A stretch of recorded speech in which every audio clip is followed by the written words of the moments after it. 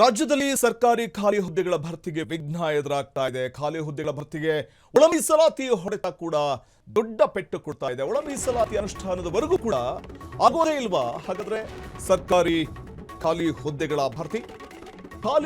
ಭರ್ತಿಗೆ ಒಳ ಮೀಸಲಾತಿ ಹೊಡೆತ ಹಿನ್ನಡೆಯನ್ನು ತರ್ತಾ ಇದೆ. ಒಳ ಮೀಸಲಾತಿ ಅನುಷ್ಠಾನದವರೆಗೂ ಆಗೋದಿಲ್ವಾ?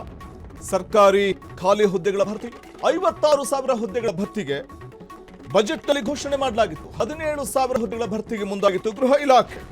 ಹುದ್ದೆಗಳ ಭರ್ತಿಗೆ ಹಿರಿಯ ಅಧಿಕಾರಿಗಳಿಗೆ ಸೂಚನೆ ಕೂಡ ನೀಡಲಾಗಿತ್ತು. ಅಧಿಕಾರಿಗಳಿಗೆ ಗೃಹ ಸಚಿವ ಡಾಕ್ಟರ್ ಜಿ ಪರಮೇಶ್ವರ್ ಸೂಚನೆ ಕೂಡ ಕೊಟ್ಟಿದ್ರು. 8,000 ಕಾನ್ಸ್ಟೇಬಲ್ 600 PSI ನೇಮಕಾತಿಗೆ ಮುಂದಾಗಲಾಗಿತ್ತು. ಹುದ್ದೆಗಳ ಭರ್ತಿಗೆ ಎಲ್ಲಾ ಸಿದ್ಧತೆಯನ್ನ ಇಲಾಖೆ ಮಾಡಿಕೊಂಡಿತ್ತು. ಅದರ ಒಳ ಮೀಸಲಾತಿ ಜಾರಿ ಆಗುವವರೆಗೆ ಭರ್ತಿ ಸರಿಯಲ್ಲ. ಕಾನೂನು ತಜ್ಞರ ಸಲಹೆಯಂತೆ ಸದ್ಯಕ್ಕೆ ಪೆಂಡಿಂಗ್ ಇಟ್ಕೊಳ್ಳಲಾಗಿದೆ. ಖಾಲಿ ಹುದ್ದೆಗಳ ಭರ್ತಿ ಇದರಿಂದಾಗಿ ಮತ್ತಷ್ಟು ವಿಳಂಬವಾಗುವ ಸಾಧ್ಯತೆಗಳು ಕಂಡು ಬರ್ತಾ ಇದೆ. ಒಳ ಮೀಸಲಾತಿ ಗೊಂದಲ ಮುಗಿಯುವವರೆಗೆ ನೇಮಕಾತಿ ಕಷ್ಟ. 56,000 ಹುದ್ದೆಗಳ ಭರ್ತಿಗೆ ಬಜೆಟ್ನಲ್ಲಿ ಘೋಷಣೆಯಾಗಿತ್ತು. ಆದರೆ ಖಾಲಿ ಹುದ್ದೆಗಳ ಭರ್ತಿಗೆ ಆರಂಭದಲ್ಲೇ ಹಿನ್ನಡೆ ಆಗ್ತಾ ಇರುವಂಥದ್ದು. ಒಳ ಮೀಸಲಾತಿ ಅನುಷ್ಠಾನದವರೆಗೂ ಭರ್ತಿ ಆಗ್ಲಿಕ್ಕೆ ಬಹುದೊಡ್ಡ ರೀತಿಯಲ್ಲಿ ಅಡೆತಡೆಗಳಿವೆ. 17,000 ಹುದ್ದೆಗಳ ಭರ್ತಿಗೆ ಗೃಹ ಇಲಾಖೆ ಮುಂದಾಗಿತ್ತು. 56,000 ಹುದ್ದೆಗಳ ಭರ್ತಿಗೆ ಬಜೆಟ್ನಲ್ಲಿ ಘೋಷಣೆಯಾಗುತ್ತೆ. ಸ್ವತಃ ವಿತ್ತ ಸಚಿವರು ಆಗಿರುವಂತಹ ಸಿದ್ದರಾಮಯ್ಯನವರು ಬಜೆಟ್ನಲ್ಲಿ ಘೋಷಣೆ ಮಾಡ್ತಾರೆ 56,000 ಹುದ್ದೆಗಳ ಭರ್ತಿಗೆ. ಆದರೆ 17,000 ಹುದ್ದೆಗಳ ಭರ್ತಿಗೆ ಗೃಹ ಇಲಾಖೆ ಆಗಲೇ ಮುಂದಾಗಿತ್ತು. ಹುದ್ದೆಗಳ ಭರ್ತಿಗೆ ಹಿರಿಯ ಅಧಿಕಾರಿಗಳಿಗೆ ಸೂಚನೆಯನ್ನು ಕೂಡ ಕೊಡ್ತಾರೆ ಗೃಹ ಸಚಿವ ಡಾಕ್ಟರ್ ಜಿ ಪರಮೇಶ್ವರ್.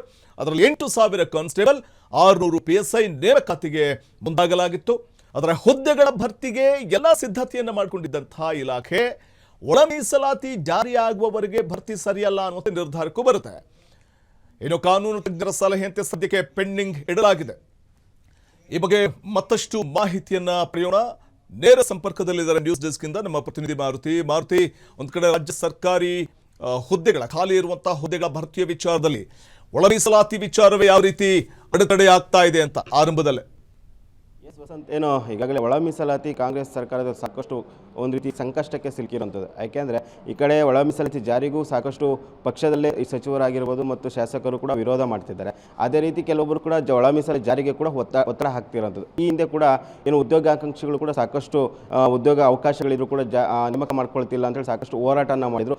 ಅದಕ್ಕೆ ಮಾಡಿದಂಥ ಸರ್ಕಾರ ಸುಮಾರು 56,000 ಉದ್ಯೋಗಗಳ ನೇಮಕಾತಿಗೆ ಕೂಡ ಅಸ್ತು ಅಂದಿತ್ತು. ಆದರೆ ಈಗ ಆ ಒಳ ಮೀಸಲಾತಿ ಎಂಬುದು ಕೂಡ ಆ ಉದ್ಯೋಗ ನೇಮಕಾತಿಗೆ ಕೂಡ ಒಳ ಸಂಕಷ್ಟ ಆಗಿರುವಂಥದ್ದು. ಯಾಕೆಂದರೆ ಈಗಾಗಲೇ ಎಡ ಸಮುದಾಯ ಮತ್ತು ಬಲ ಸಮುದಾಯ ನಡುವೆ ಒಳ ಮೀಸಲಾತಿ ಜಾರಿ ಮಾಡಬೇಕು ಮತ್ತು ಮಾಡಬಾರ್ದು ಎಂಬ ಬಗ್ಗೆ ಸಾಕಷ್ಟು ಚರ್ಚೆ ನಡೀತಿದೆ. ಈ ಸಂದರ್ಭದಲ್ಲೇ ವಿಶೇಷ ಕ್ಯಾಬಿನೆಟ್ ಕರೆದು ಒಳ ಮೀಸಲಾತಿ ಜಾರಿ ಬಗ್ಗೆ ಒಂದು ತೀರ್ಮಾನ ಮಾಡಬೇಕಾಗಿತ್ತು. ಅದೇ ಸಂದರ್ಭದಲ್ಲಿ ಎಲೆಕ್ಷನ್ ಕೂಡ ಘೋಷಣೆ ಆಯಿತು. ಅದರಿಂದಾಗಿ ಆ ಸಂಬಂಧಪಟ್ಟಂಥ ಒಂದು ಏನು ವಿಶೇಷ ಸಚಿವ ಸಂಪುಟ ಇದೆ ಅದನ್ನು ಕೂಡ ಸರ್ಕಾರ ಮುಂದೂಡಿಕೆ ಮಾಡಿತು.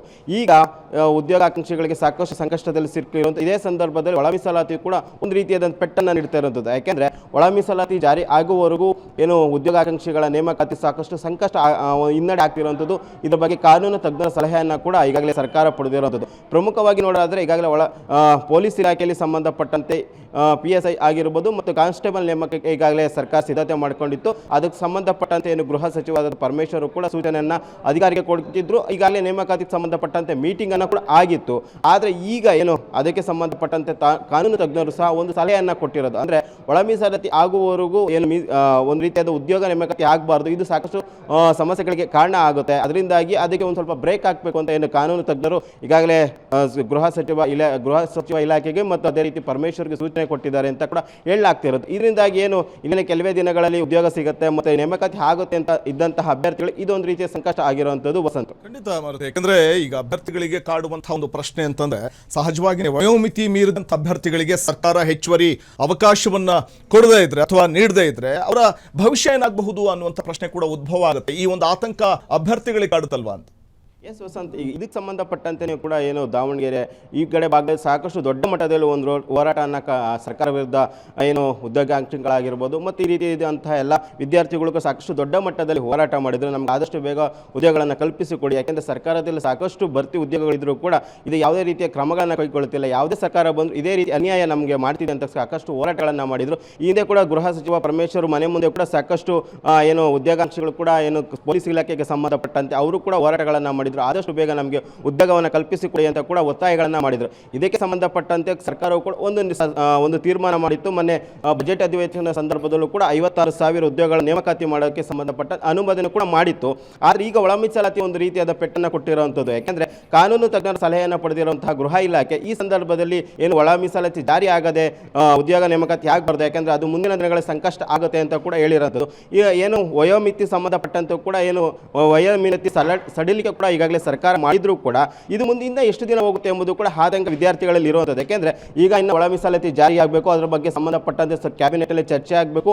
ಅದಕ್ಕೂ ಮುನ್ನ ಚುನಾವಣೆ ಮುಗಿದ ನಂತರ ಈ ಒಳ ಮೀಸಲಾತಿ ಸಂಬಂಧಪಟ್ಟಂತೆ ವಿಶೇಷ ಕ್ಯಾಬಿನೆಟ್ ಸರ್ಕಾರ ಕರೆಯುವಂಥದ್ದು. ಈ ಸರ್ಕಾರ ಕರೆದ ನಂತರ ಅದು ಒಳ ಮೀಸಲಾತಿ ಬಗ್ಗೆ ಚರ್ಚೆ ಆಗಬೇಕು ಮತ್ತು ಪರ ವಿರೋಧಗಳು ಮುಗಿದ ನಂತರ ಒಳ ಮೀಸಲಾತಿ ಜಾರಿ ಆಗುತ್ತದೆ. ಅದಕ್ಕೆ ಇನ್ನೂ ಸಾಕಷ್ಟು ಪ್ರೋಸೆಸ್ ಇರೋಂಥದ್ದು. ಈಗಾಗಲೇ ಕಾಂಗ್ರೆಸ್ನಲ್ಲೇ ಕೂಡ ಒಳ ಮೀಸಲಾತಿ ಜಾರಿ ಆಗಬೇಕು ಅಂತ ಒಂದು ಸಮುದಾಯ ಇದ್ದರೆ ಇನ್ನೊಂದು ಸಮುದಾಯ ಒಳ ಮೀಸಲಾತಿ ಜಾರಿ ಆಗಬಾರ್ದು ಅಂತ ಸಾಕಷ್ಟು ಪಟ್ಟನ್ನು ಹೇಳ್ತಿರೋದು. ಇವೆಲ್ಲವನ್ನು ಬಗೆಹರಿಸಿ ಒಳ ಮೀಸಲಾತಿ ಜಾರಿ ಆಗುವ ಹೊತ್ತಿಗೆ ಇನ್ನೂ ಸಾಕಷ್ಟು ಸಮಯ ಇಡುತ್ತೆ. ಅಲ್ಲಿವರೆಗೂ ಉದ್ಯೋಗ ಆಕಾಂಕ್ಷಿಗಳು ಏನು ಮಾಡಬೇಕೆಂಬ ಪ್ರಶ್ನೆ ಕೂಡ ಈಗ ಕಾಡಿರುವಂಥದ್ದು ವಸಂತು.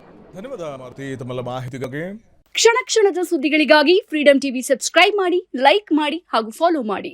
ಹೊಸ ಸುದ್ದಿಗಳ ನೋಟಿಫಿಕೇಶನ್ಗಾಗಿ ಬೆಲ್ ಐಕಾನ್ ಮೇಲೆ ಕ್ಲಿಕ್ ಮಾಡಿ.